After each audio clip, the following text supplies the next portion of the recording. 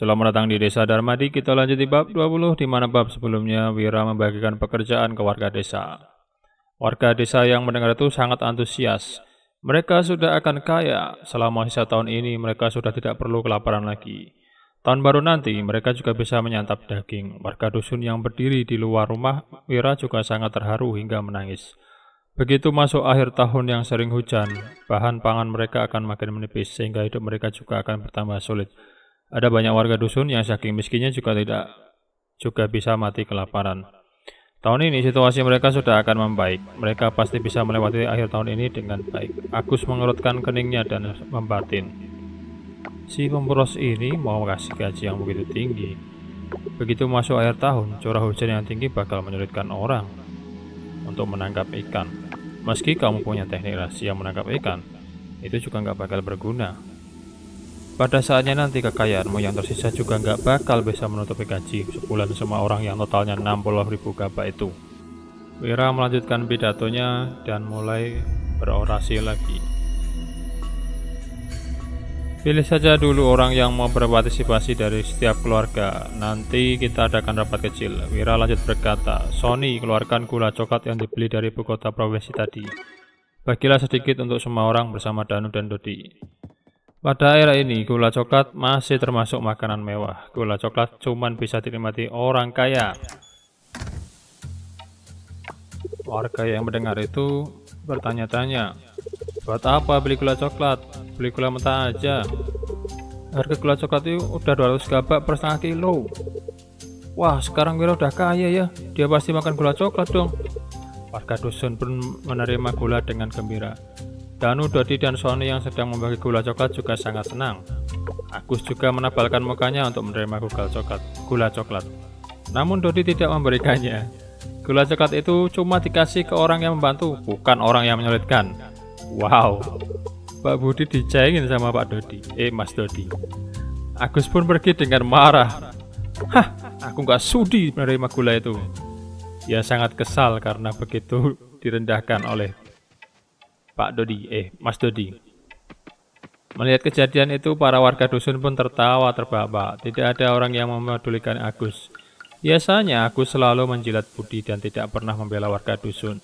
Dulu bahkan warga dusun masih merasa hal itu wajar, namun setelah membandingkannya dengan Wira, mereka pun merasa kesal. Setelah semua anggota tim penangkap ikan sudah terkumpul, mereka mengadakan sebuah rapat kecil.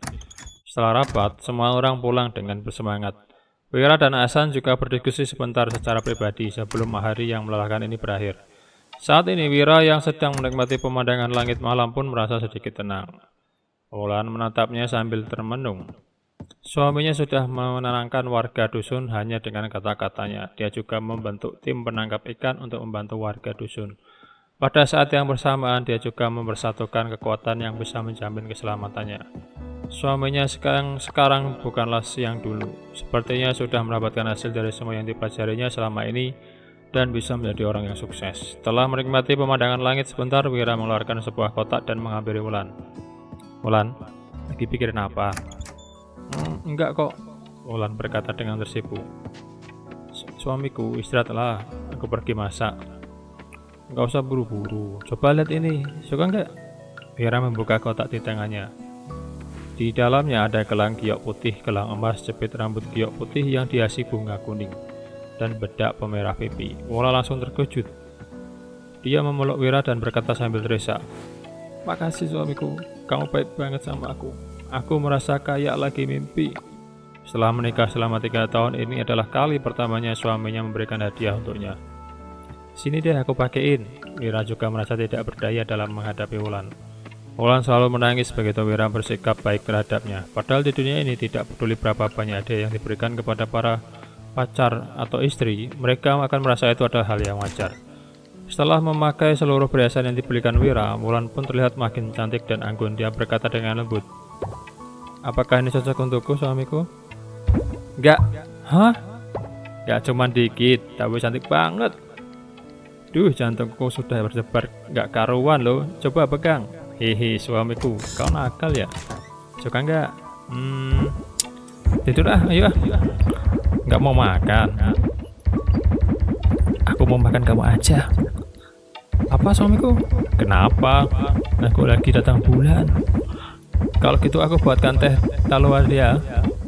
Hah? Saat melihat Wira yang menyiapkan teh untuknya di dapur, hati Wulan pun terasa sangat. Selesai memasak makan malam dan mandi, Wira yang sudah lelah pun terbaring di tempat tidur. Dia langsung tertidur sambil memeluk Wulan. Setelah tertidur sampai tengah malam, Wulan tiba-tiba membangunkannya. Suamiku, ada orang yang lagi cunggil-cunggil pintu. Saat mendengar suara Wulan yang ketakutan, Wira pun bangkit dan mendengarkannya dengan seksama. Memang ada orang yang sedang berusaha membuka grendel pintu mereka. Bulu kuduk Wira juga langsung berdiri. Dia menarik nafas dalam-dalam lalu berkata, "Jangan takut, aku pergi lihat dulu." Wah, Wira pura-pura berani. Dan selesai di bab 20 ini. Semoga kalian terhibur dan sampai jumpa di bab selanjutnya.